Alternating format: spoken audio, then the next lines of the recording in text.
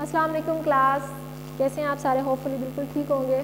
ठीक है, ये क्लास आज का लेक्चर स्टार्ट करते हैं। हम लोग चैप्टर नंबर 13 पे हैं, फंक्शंस। ठीक है, प्रीवियस लेक्चर में हम लोगों ने फंक्शंस का ओवरव्यू लिया, फंक्शंस के बेनिफिट्स देखे, उसकी टाइप्स देखी और उसका सिंटैक्स देखा।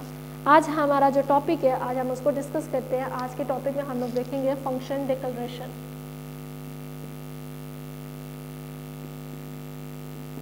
फंक्शन डिक्लेरेशन में क्या होता है, जहाँ पे हम ये एक मॉडल होता है, ठीक है, मॉडल ऑफ द फंक्शन होता है। इसको हम लोग फंक्शन प्रोटोटाइप भी कहते हैं। इसमें हम लोग अपने फंक्शंस को डिक्लेयर करते हैं, उसकी डाटा टाइप्स बताते हैं क्या है। ठीक है, आपका जो फंक्शन का हेडर है, ठीक है, उसमें हम लोग फंक्शन को डिक्लेयर करते हैं। किस तरह करते हैं? सबसे पहले आपके पास आती है रिटर्न टाइप। रिटर्न टाइप के बाद आपके पास आता है फंक्शन नेम। फंक्शन नेम के बाद आपके पास पैरांथेसिस में आता है पैरामीटर्स। इस तरह आप लोग क्या करते हो, अपने फंक्शन को डिक्लेयर करते हो। रिटर्न टाइप में आपने क्या बतानी होती है? उसकी डाटा टाइप के फंक्शन के अंदर जो वैल्यूज इस्तेमाल हो रही है उसकी डाटा टाइप क्या है। उसके बाद फंक्शन का नेम, ये नेम क्या होना चाहिए? Must be unique. ये नेम बिल्कुल यूनिक होना चाहिए। पैरामीटर्स क्या है? पैरामीटर्स वो वैल्यू है जो हम फंक्शन को कॉल करते हुए इसमें देते हैं। तो ये आपके पास क्या है? ये आपके पास फंक्शन का डिक्लेरेशन है, जिसमें हम लोग फंक्शन को डिक्लेयर करते हैं कि किस तरह फंक्शन को लिखा जाता है। अब आप अपने प्रोग्राम में फंक्शन इस्तेमाल करते हो वाइड मेन। ठीक है, वाइड मेन का फंक्शन इस्तेमाल करते हैं हम लोग। उसमें क्या है भाई? ठीक है, ये वाइड आपकी क्या है? आपका रिटर्न टाइप। मेन आपकी क्या है? फंक्शन का नेम एंड पैरामीटर। इसमें हमने कोई पैरामीटर नहीं दिया, तो पैरेंथेसिस के अंदर आपके क्या आएंगे? पैरामीटर्स आएंगे। अब एक एग्जांपल लेते हैं हम लोग। लाइक आपके पास है वाइड नेम। ठीक है, इसमें आप अगेन वाइड इस्तेमाल कर रहे हो। ठीक है, इसमें अगेन हम लोग वाइड इस्तेमाल करें। तो ये जो वाइड है आपका, ये वाइड आपके पास क्या है? आपकी रिटर्न टाइप। उसके बाद मेन आपका क्या है? Function name. And wide parameter का है कि आपके पास कोई वैल्यू नहीं है। ठीक है, हमारे पास कोई वैल्यू नहीं, उसके लिए हम लोगों ने पैरेंथेसिस के अंदर क्या इस्तेमाल कर लिया? वाइड इस्तेमाल किया। तो इस तरह हम लोग क्या करते हैं? अपने फंक्शंस को डिक्लेयर करते हैं, जिसमें हम लोग फंक्शन की डाटा टाइप, उसका नेम और पैरामीटर्स को डिफाइन करते हैं कि कौन कौन से पैरामीटर्स इसमें इस्तेमाल होंगे। एक और एग्जांपल लेते हैं। एक और एग्जांपल के अकॉर्डिंग मैं एक फंक्शन को डिक्लेयर कर रही हूँ वाइड। मैं फंक्शन का नेम रख रही हूँ भाई लाइन। लाइन के बाद जो उसके अंदर पैरामीटर्स हैं उसको मैं कर रही हूँ 4। ठीक है, अब इसका क्या मतलब है? वाइड मेरा क्या है? Return type. लाइन मेरा क्या है? Function name. एंड पैरामीटर मेरे पास क्या है? 4 के अंदर जो वैल्यूज हैं उनकी डाटा टाइप क्या होगी? करैक्टर के सिंगल डिजिट मेरा उसके पास आएगा। ठीक है, तो वो आपके क्या होते हैं? करैक्टर्स होते हैं, जिसको आप लोगों ने पैरेंथेसिस के अंदर अपने पैरामीटर्स में लिखना होता है। इसकी मैंने डाटा टाइप बता दी कि वो कौन सी होंगे? वो करैक्टर होंगे। तो ये मैंने इसको डिफाइन कर लिया। उसके बाद एक और अगेन हम लोग ना इसका देख लेते हैं, एग्जांपल ले लेते हैं। इंट मैंने उसकी डाटा टाइप बता दी। मेरे फंक्शन की डाटा टाइप क्या है? इंटीजर है। इंटीजर के बाद मैं फंक्शन का नेम रख रही हूँ क्यूब। क्यूब के बाद मैं उसके पैरामीटर में अगेन इंट कर रही हूँ कि जो वैल्यूज हैं उसकी वैल्यूज क्या है? इंटीजर होनी चाहिए। हमारे पास जो पैरामीटर्स की वैल्यूज आएंगी वो कौन सी होनी चाहिए? इंटीजर। तो इस तरह हम लोग अपने फंक्शन को डिक्लेयर करते हैं, जिसमें हम लोगों ने फंक्शन की डाटा टाइप, फंक्शन का नेम और पैरामीटर्स को डिफाइन करना होता है कि कौन कौन से पैरामीटर्स हैं। इसमें डेफिनेशन क्या है? फंक्शन का नेम क्या है? फंक्शन की टाइप क्या है? रिटर्न टाइप क्या है? तो इस तरह हम लोग क्या करते हैं? फंक्शन को डिक्लेयर करते हैं। अब नेक्स्ट जो टॉपिक हमारे पास आ रहा है, नेक्स्ट टॉपिक है हमारे पास फंक्शन डेफिनेशन। फंक्शन डेफिनेशन क्या करता है, अब उसको डिस्कस करते हैं। नेक्स्ट जो हमारे पास टॉपिक है वो हमारे पास टॉपिक है फंक्शन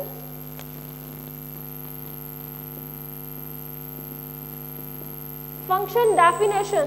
अब फंक्शन डेफिनेशन क्या करता है? फंक्शन डेफिनेशन डिफाइन करता है what the function actually do और डज, कि फंक्शन क्या काम करेगा वो किस में डिफाइन किया जाता है, फंक्शन डेफिनेशन में डिफाइन कर दिया जाता है कि हमारे पास जो फंक्शन है वो काम क्या करेगा, इसमें कौन सी स्टेटमेंट है, कि काम किस तरह करेगा, क्या काम करेगा। तो ये क्या होती है, हमारी फंक्शन डेफिनेशन होती है। अब फंक्शन डेफिनेशन को लिखने के दो तरीके हैं। इसको हम लोग लिख सकते हैं बिफोर, तीन तरह से हम लोग लिख सकते हैं। बिफोर मेन फंक्शन, ठीक है, हम लोग प्रोग्राम के अंदर मेन फंक्शन इस्तेमाल करते थे ना, वाइड मेन, ठीक है। हम लोग उससे पहले भी फंक्शंस को लिख सकते हैं। उसके बाद आफ्टर मेन फंक्शन, हम लोग उसको मेन फंक्शन के बाद में भी लिख सकते हैं। और इन अ सेपरेट फाइल, हम लोग इसको सेपरेट फाइल के अंदर भी लिख सकते हैं। तो हम लोग तीन तरह से अपनी फंक्शन डेफिनेशंस लिख सकते हैं।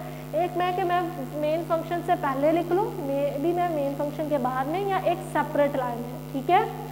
अगर मैंने अपनी डेफिनेशन बिफोर मेन फंक्शन, ठीक है, बिफोर मेन मैंने प्रोग्राम की जो क्या है डेफिनेशन लिखनी है, ठीक है, फंक्शन की डेफिनेशन लिखनी है, तो उसमें मुझे प्रोग्राम की डिक्लेरेशन की ज़रूरत नहीं होती। No need of declaration, program को डिक्लेयर करवाने की ज़रूरत नहीं है, ठीक है। मैं प्रोग्राम को डिक्लेयर नहीं करवाऊंगी अगर मैं फंक्शन को मेन फंक्शन से पहले लिखती हूँ, ठीक है। अगर मैं मेन फंक्शन के बाद लिखती हूँ तो मुझे उसको डिक्लेयर करवाना है, ठीक है, तो मुझे डिक्लेरेशन की ज़रूरत पड़ेगी। और अगर मैं सेपरेट फाइल में लिखती हूँ तो उसको क्या होगा, मुझे हेडर फाइल्स में उसकी इन्फॉर्मेशन देनी होगी।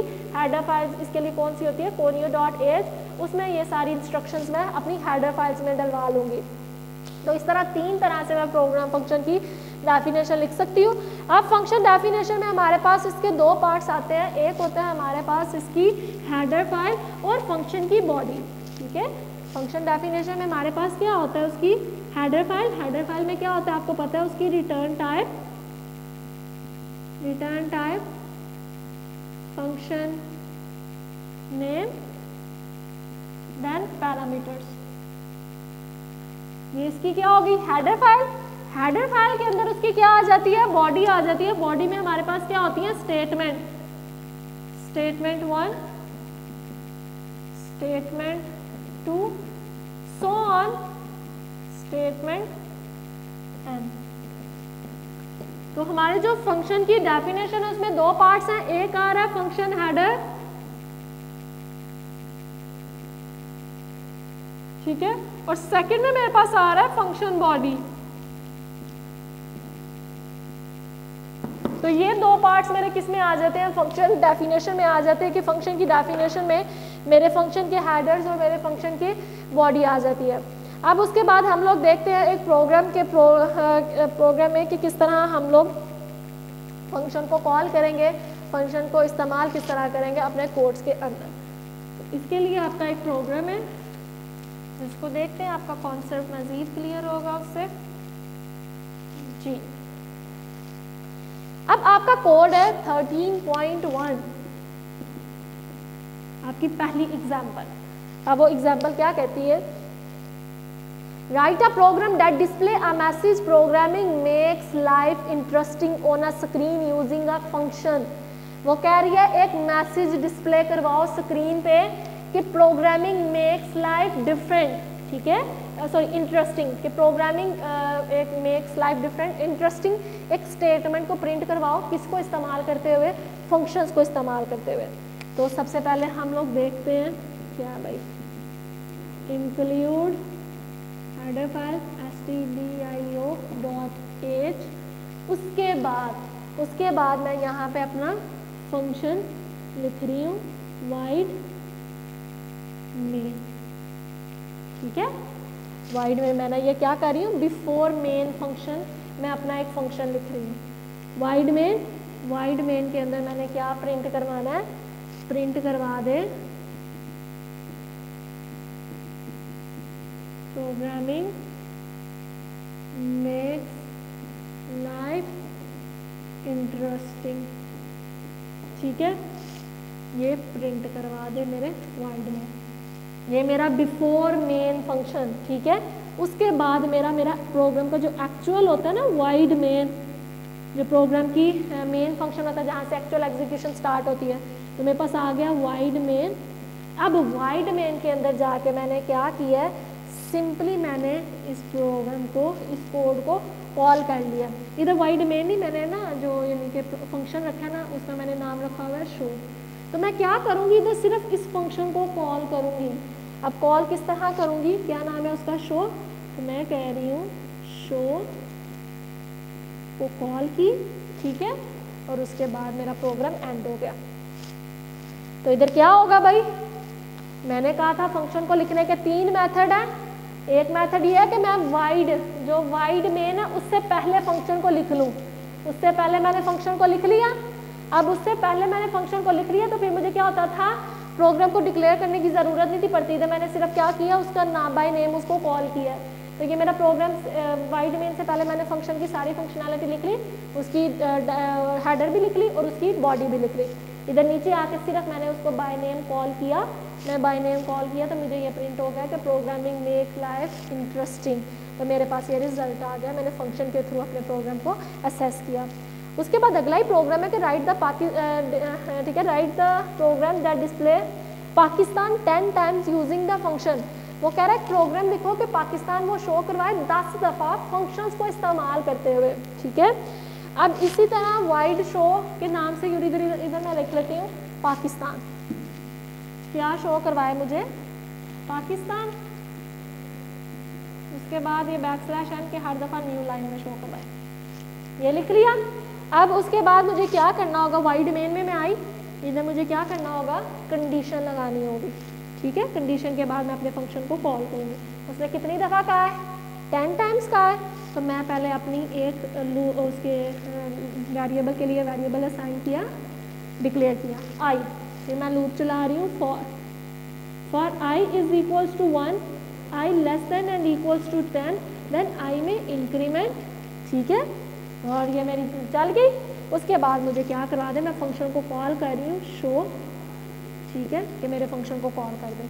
तो क्या होगा, पहले इधर नीचे आया 1 टाइम इधर कंडीशन ट्रू, तो नीचे शो को कॉल करेगा। शो में मेरे पास क्या है, वैल्यू है पाकिस्तान। पाकिस्तान एक दफ़ा प्रिंट करवा देगा, एक दफ़ा प्रिंट हुआ, न्यू लाइन में आ गया, न्यू लाइन पे आके इंक्रीमेंट लगा, अब 2 पे आके पाकिस्तान। इसी तरह वो 10 टाइम्स पाकिस्तान प्रिंट करवा देगा फंक्शन को इस्तेमाल करते हुए। मैंने जस्ट उस फंक्शन के नेम को कॉल करना है।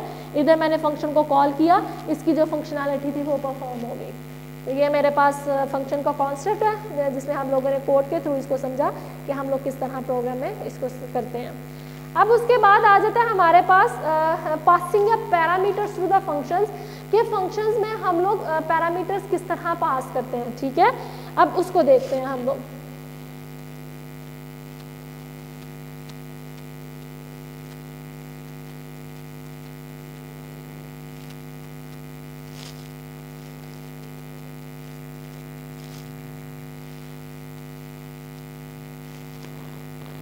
जी,